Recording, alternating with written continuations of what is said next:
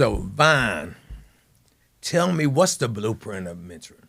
The blueprint of mentorship is showing up every day, doing what you say you're going to do. We use core values. So we talk about having a positive mindset and being consistent. I say consistency, consistency, consistency.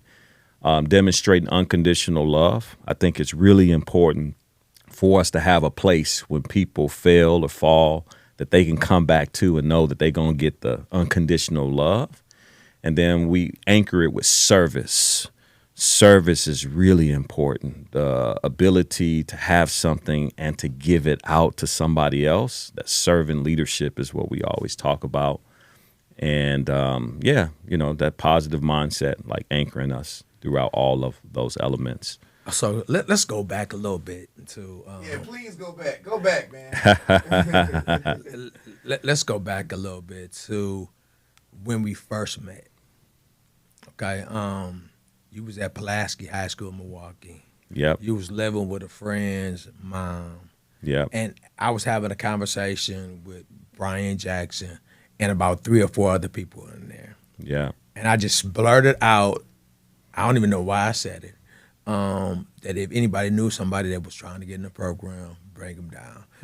And Brian, and at that time we was oversubscribed.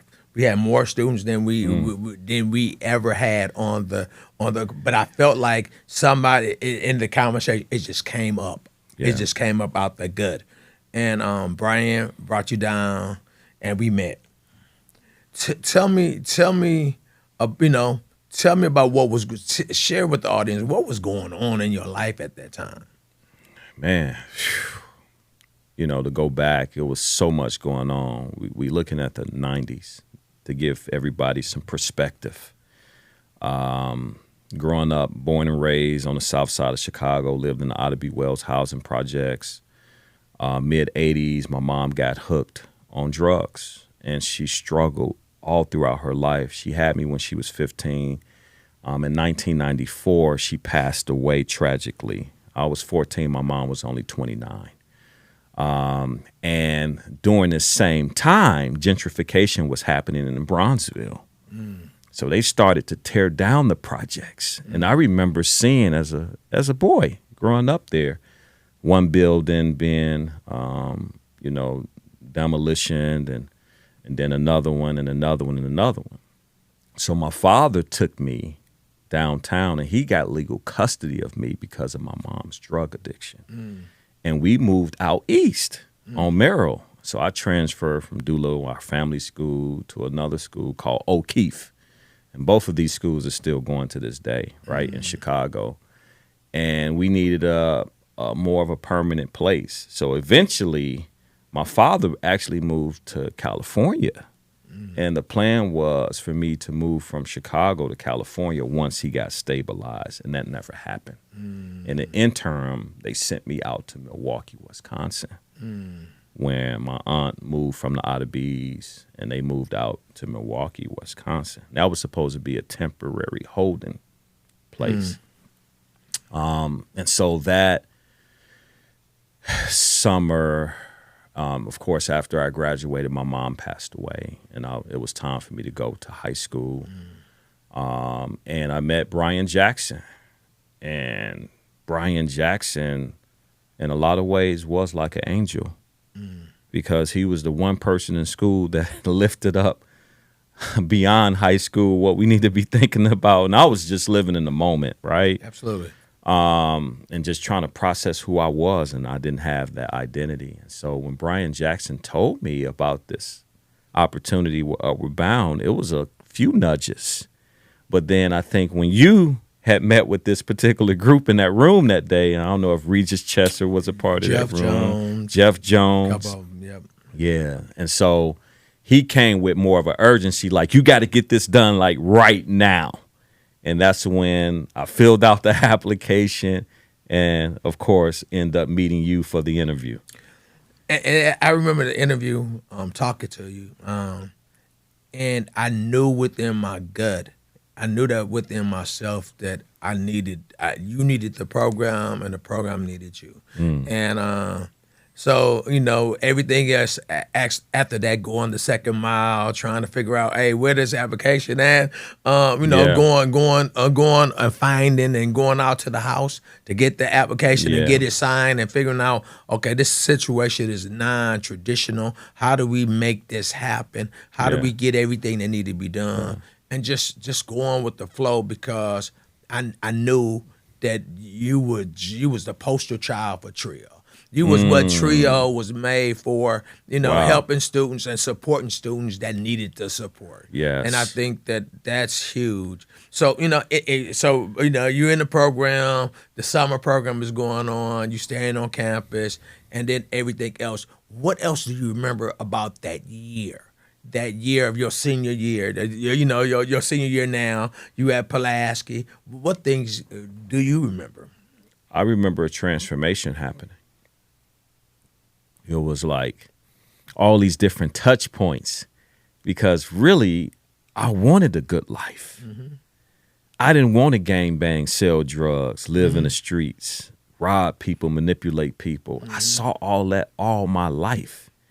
And anybody that know anything about the projects and living in the projects, it becomes a survival mentality where I call the swivel neck. Your head is on a swivel every 5 seconds. There's thousands of people upstairs, downstairs, across that building, across that way.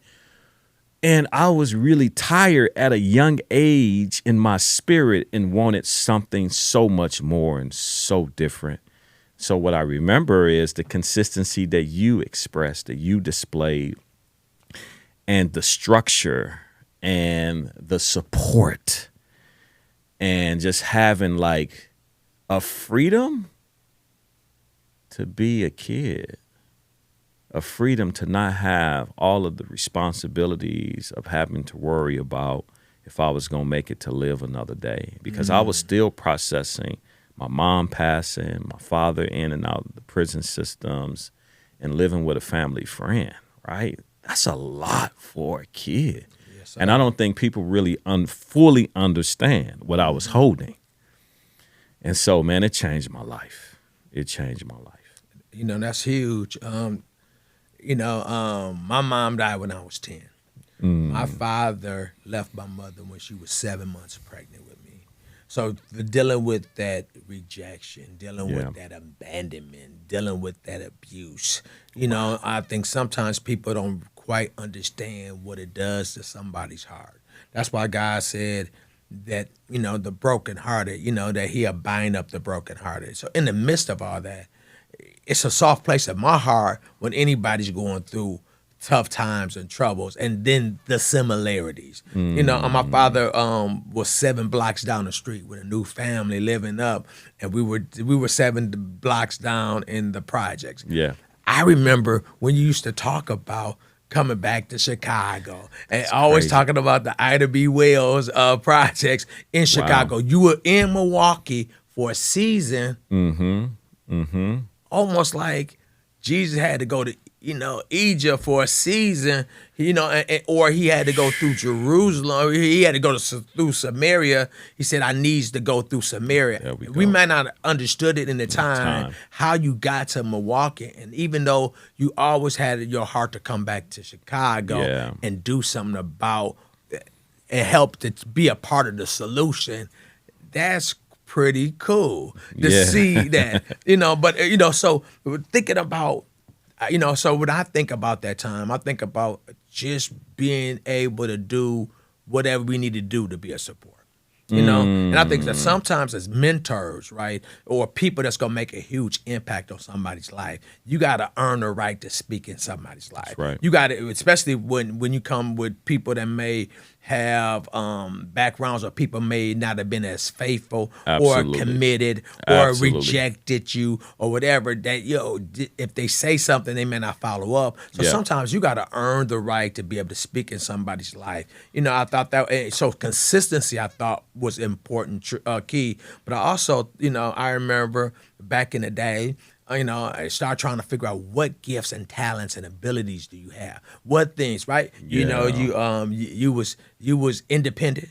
Even though you was living on your own, pretty much so. Yeah. Didn't have any court, but you had some issues around you needing some vision. And need some glasses, Absolutely. or your knees is bothering you while playing basketball. Yep. But going above and beyond and figuring out how do we stand in the gap to support a person. Yes. So sometimes I think even with mentees or disciples or whatever you want to call them, right? Advisees, I think you have to figure out them. You have to know as much as you can about their story to be able to be a support. So I think that being that warm demand, that nurturing. Absolutely. But the care. One thing I remember recalling is making sure that you had some ability to cut hair. But one thing is I wanted to fuel that fire. Yeah. One is I thought it was a number of different things that made sense, right? If you was good at something or wanted to learn,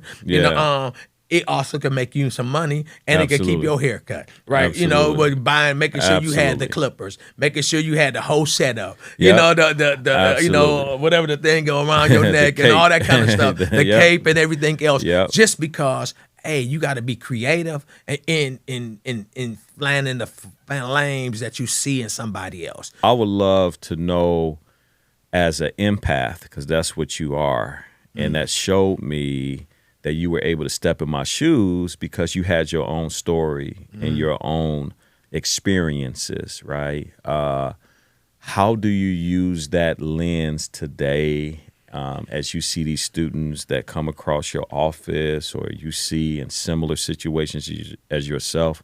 How do you see like your leadership style kind of bending towards that empath, and what's the impact you've seen from that?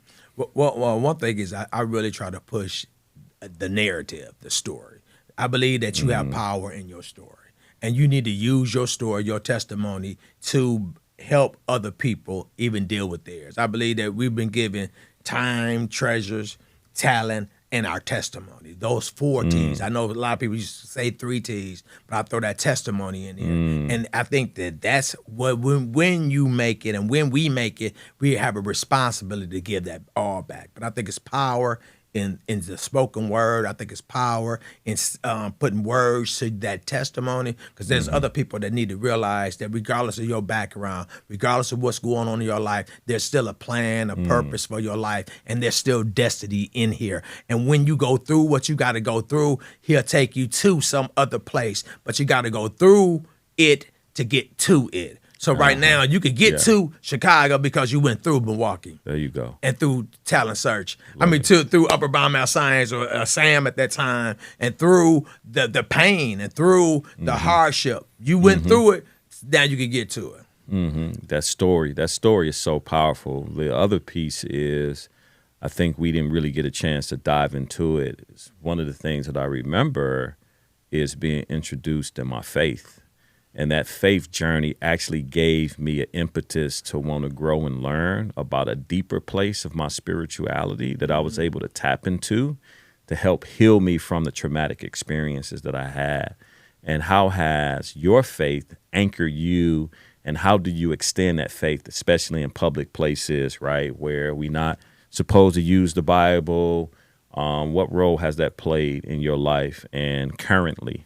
Well, faith is huge in my life. I remember the summer of my student support service bridge program. I was in the first week at Marquette University. Somebody invited me to church. I came, and I gave my life to Jesus Christ. And at that point, it changed everything. So to me, it's about relationship. So it's not about proselytizing. It's about relationships. So I share my faith. I share my faith that, I was hurt. I was in need, and God supplied and met me right where I was at. So, I read a book just recently. I was sharing it with a lot of people by Casey Tree, How to Heal the Abandoned Heart, the heart of abandoned child, an orphan child. And man, that book was dynamite, just talking about the fact that God loves us regardless of what we're going through, and he'll walk right with us. So I'm just glad that he was with me through it all. So sometimes in the midst of, we don't understand why we going through what we going through, but You know, there's a quote by Patsy Caminetti. She said, "You need to have more confidence in God's ability to lead you." God bless her soul. I know she just recently passed. Yes, sir. He said, "You need to have more confidence in God's ability to lead." God's ability to lead you than your ability to follow him. Yeah. When you get to the end of your course, it's not because you're such a good follower, but because God's such a good leader. And you told me that in 1998. Yeah. Yeah. Yeah, but you know, huge. Also, the power of mentorship, advising, trio, or whatever, right? I remember having a conversation about what was you going to major in. Yes. You know, and we're together, right? And what about education? Yes. You know, and to see what God is doing now, way longer. You know, Wow. Yeah, we didn't understand it, and then you know, at a time it may not look like you was going that route, but in the end, it all came together, right? All work together for our good. Absolutely. Not just our good, but for other folks' good too. And Absolutely. that's the key, right? It'll Yeah. work together for your good, but you ain't gone through all that pain for nothing. There you go. You know, some of that pain, you can't just waste the pain. The pain that you went through in the process of going through and finding that purpose, God got use and need of that pain to help somebody else find a purpose. Come on. All right, last question. On me or On you, Steve? on you. Last Okay.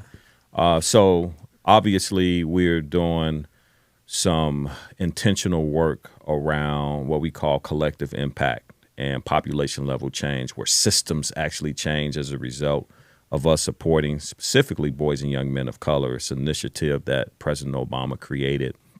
And I'm just kind of curious, what do you see are some strategies that we can actually start to tie in? Let's even just say Midwest. How can we start working across Chicago and Milwaukee to really increase not just the need for what we're doing, but the resources for what we're doing? That's a great question. You know, I was just listening to you talking and putting all those words together. You know, I think when we can get people that buy into the fact that it's valuable work and it's so needed, and put down their own personal situations, and you know, looking at me and my own, you know, and realize keeping a vision, majoring on the major, you know, and coming together, realize that our goal is to multiply value to other people. You know, I think it's amazing when you can get people under 110, you know, coming together with the mindset that we need to make an impact on people so they can make a multiple, a greater impact on others. I think that's the key. You know, because when you willing, you don't care about who gonna get the credit. You don't care about who names gonna get recognized. It's amazing what kind of work you can get together, come together when you have the ideal about we want to add value, and we want the people that we add value to multiply and add value to other people.